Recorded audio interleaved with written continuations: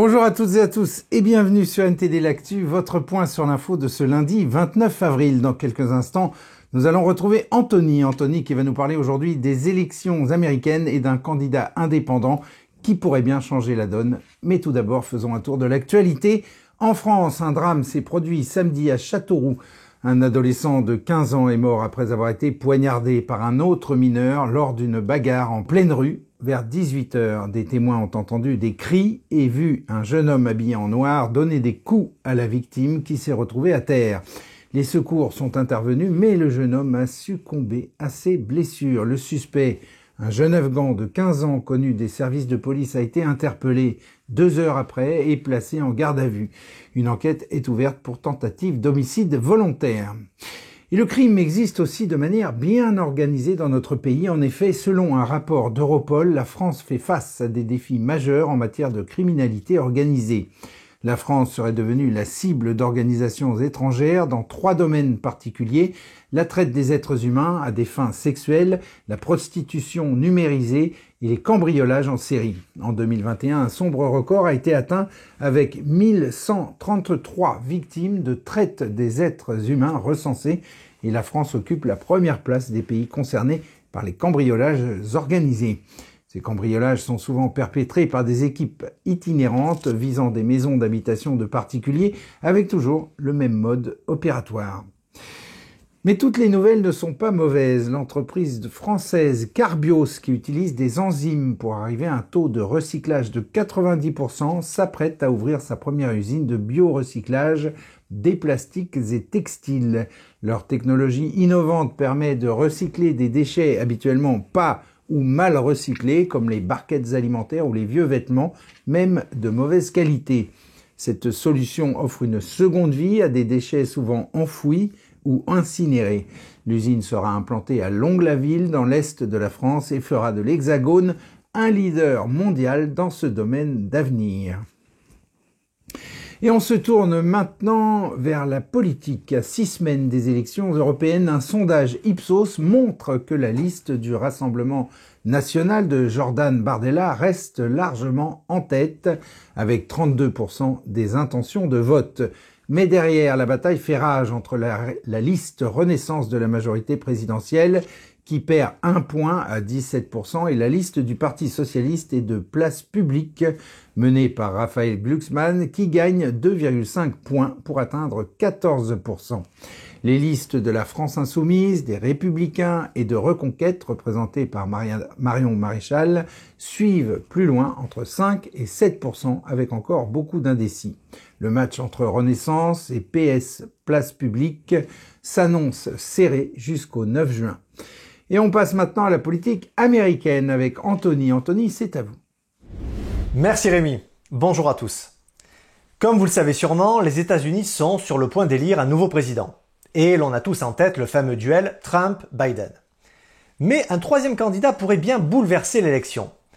Certains d'entre vous l'auront deviné. Je parle bien évidemment de Robert Kennedy Jr., le neveu de John Fitzgerald Kennedy et fils de Robert Kennedy. En octobre dernier, il avait fait sensation en quittant les primaires démocrates et en annonçant sa candidature comme indépendant.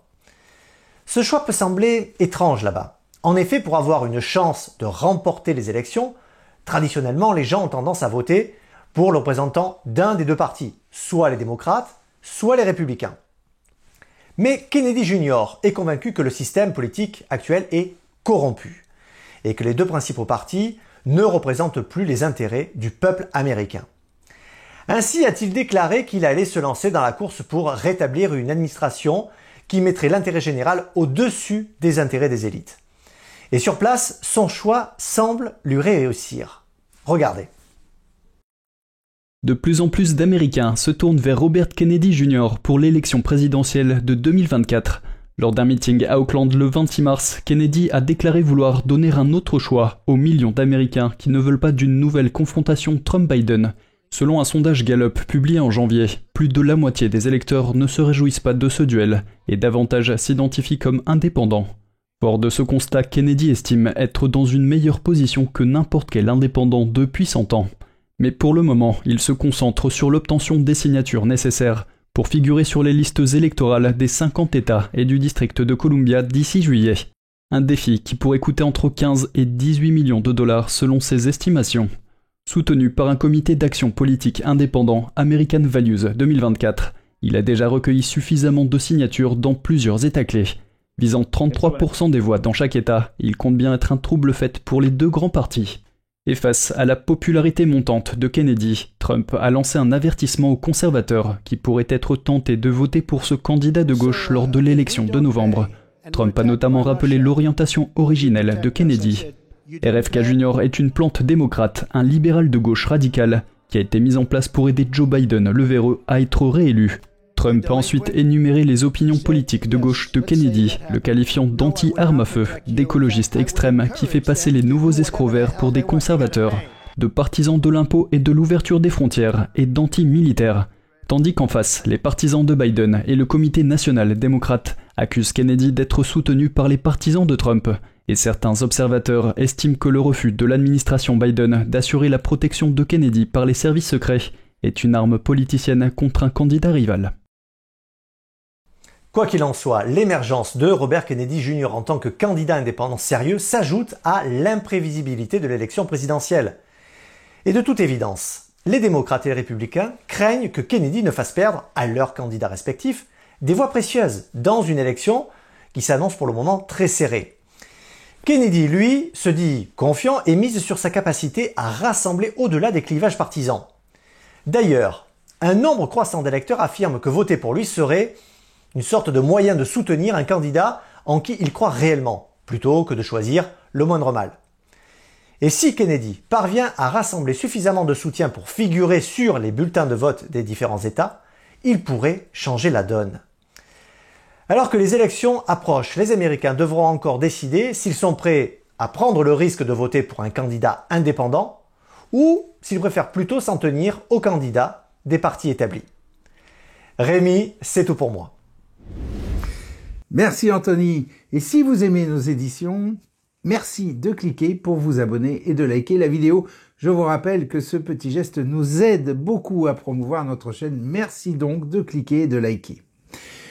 Au Moyen-Orient maintenant, les efforts diplomatiques pour une trêve à Gaza s'intensifient. D'un côté, le président américain Biden et le premier ministre israélien Netanyahou ont discuté de la libération d'otages et d'un cessez-le-feu. Et de l'autre, une délégation du Hamas est attendue au Caire aujourd'hui pour répondre à une proposition de trêve israélienne associée à la libération des otages. Un haut responsable du Hamas a déclaré qu'il n'y avait, je cite, pas de problème majeur. Fin de citation dans le projet égyptien de trêve. Et sur le même sujet, la mobilisation pro-palestinienne s'étend dans les universités américaines. Le mouvement parti de l'université de Columbia, il y a 10 jours, a gagné de nombreux établissements et s'oppose à la riposte israélienne contre le Hamas dans la bande de Gaza. Certaines des universités les plus prestigieuses au monde, telles que Harvard, Yale et Princeton, sont concernées. Les étudiants installent des tentes sur leur campus et sont délogés par les forces de l'ordre. Plus de 200 manifestants ont été interpellés dans des universités de Los Angeles, Boston et Austin, au Texas. Et toujours à propos de conflits, selon le commandant en chef de l'armée ukrainienne Oleksandr Styrsky, la situation sur le front en Ukraine s'est détériorée. Il affirme que les troupes russes ont remporté des succès tactiques dans plusieurs zones, notamment dans le secteur de Kramatorsk, à l'est du pays, où des combats acharnés se poursuivent. Malgré une contre-offensive ukrainienne très attendue, l'armée russe semble donc progresser sur certaines portions du front, rendant la situation plus difficile pour les forces ukrainiennes. Et on retrouve tout de suite Vladia pour les actualités Chine. Vladia, c'est à vous. Bonjour à tous, merci Rémi. Vous le savez peut-être, les autorités allemandes ont arrêté un homme soupçonné d'espionnage pour le compte de la Chine. La police allemande a arrêté l'assistant d'un membre du Parlement européen appartenant au parti Alternative pour l'Allemagne, soupçonné d'espionner pour la Chine. Les procureurs l'ont nommé Jian Jie dans un communiqué et l'ont accusé d'avoir transmis des informations sur les discussions au sein de l'Union européenne au service de renseignement chinois. Le site web de Maximilian Krah, principal candidat de l'AfD aux élections législatives de juin, mentionne Jian Guo comme l'un de ses assistants. M. Kra a déclaré avoir appris l'arrestation de M. Guo par les médias. Dans un message publié sur les réseaux, il a déclaré que si les allégations étaient fondées, cela entraînerait le licenciement immédiat de M. Guo. Les procureurs disent que l'assistant a également espionné des figures de l'opposition chinoise en Allemagne. Il a été arrêté à Dresde. La ministre allemande de l'Intérieur a qualifié l'affaire de très grave et a déclaré que si les accusations étaient avérées, il s'agirait d'une attaque contre la constitution interne de la démocratie en Europe. Un porte-parole du ministère chinois des Affaires étrangères a déclaré que les infos sur l'espionnage chinois en Europe relevaient du battage médiatique et étaient destinées à discréditer et à réprimer la Chine. L'anxiété suscitée par les allégations d'espionnage est montée d'un cran en Europe occidentale ces derniers mois. Récemment, 3 ressortissants allemands ont été arrêtés parce qu'ils étaient soupçonnés d'avoir transmis des technologies qui ont des applications militaires. Le même jour, 2 hommes ont été inculpés en Grande-Bretagne pour espionnage au service de la Chine. L'un d'eux aurait travaillé pour un député du Parti conservateur au pouvoir. C'est tout de mon côté, merci à tous, merci Rémi, à demain. Merci Vladia, et on conclut cette édition avec une petite visite dans le jardin de Ninfa en Italie, au sud-est de Rome. Avec l'arrivée du printemps, le jardin commence à révéler sa majesté, avec sa rivière cristalline, ses glycines et ses ruines médiévales. Le paysage du jardin de Ninfa a souvent été décrit comme le jardin le plus romantique au monde. La floraison spectaculaire pendant la belle saison offre une atmosphère propice aux demandes en mariage. La ville de Ninfa, dont le nom semble provenir d'un petit temple dédié aux nymphes, était dans le passé un petit centre agricole. En 1300, la ville a été pillée et détruite par les troupes de l'empereur Frédéric II. Plus tard, la malaria a contraint les quelques habitants restants à partir et à abandonner Ninfa. L'histoire du jardin commence en 1921 lorsque Gelasio Caetani, noble et diplomate italien, restaura quelques ruines dont la tour et l'hôtel de ville et commença à aménager le jardin en plantant des espèces botaniques qu'il avait collectées à l'étranger au cours de ses voyages. Le jardin bénéficie d'un climat très humide garanti par la rivière de Ninfa et par la falaise Norma qui empêche le passage des nuages bas, ce qui favorise des pluies fréquentes. Le jardin abrite plus de 1300 variétés de plantes différentes, toutes alimentées par de nombreux cours d'eau d'irrigation. Et voilà, c'est la fin de ce journal. Merci à toutes et à tous de l'avoir suivi. On se retrouve demain à 13h pour une nouvelle édition de NTD l'Actu. Très bon après-midi, excellent début de semaine. À demain.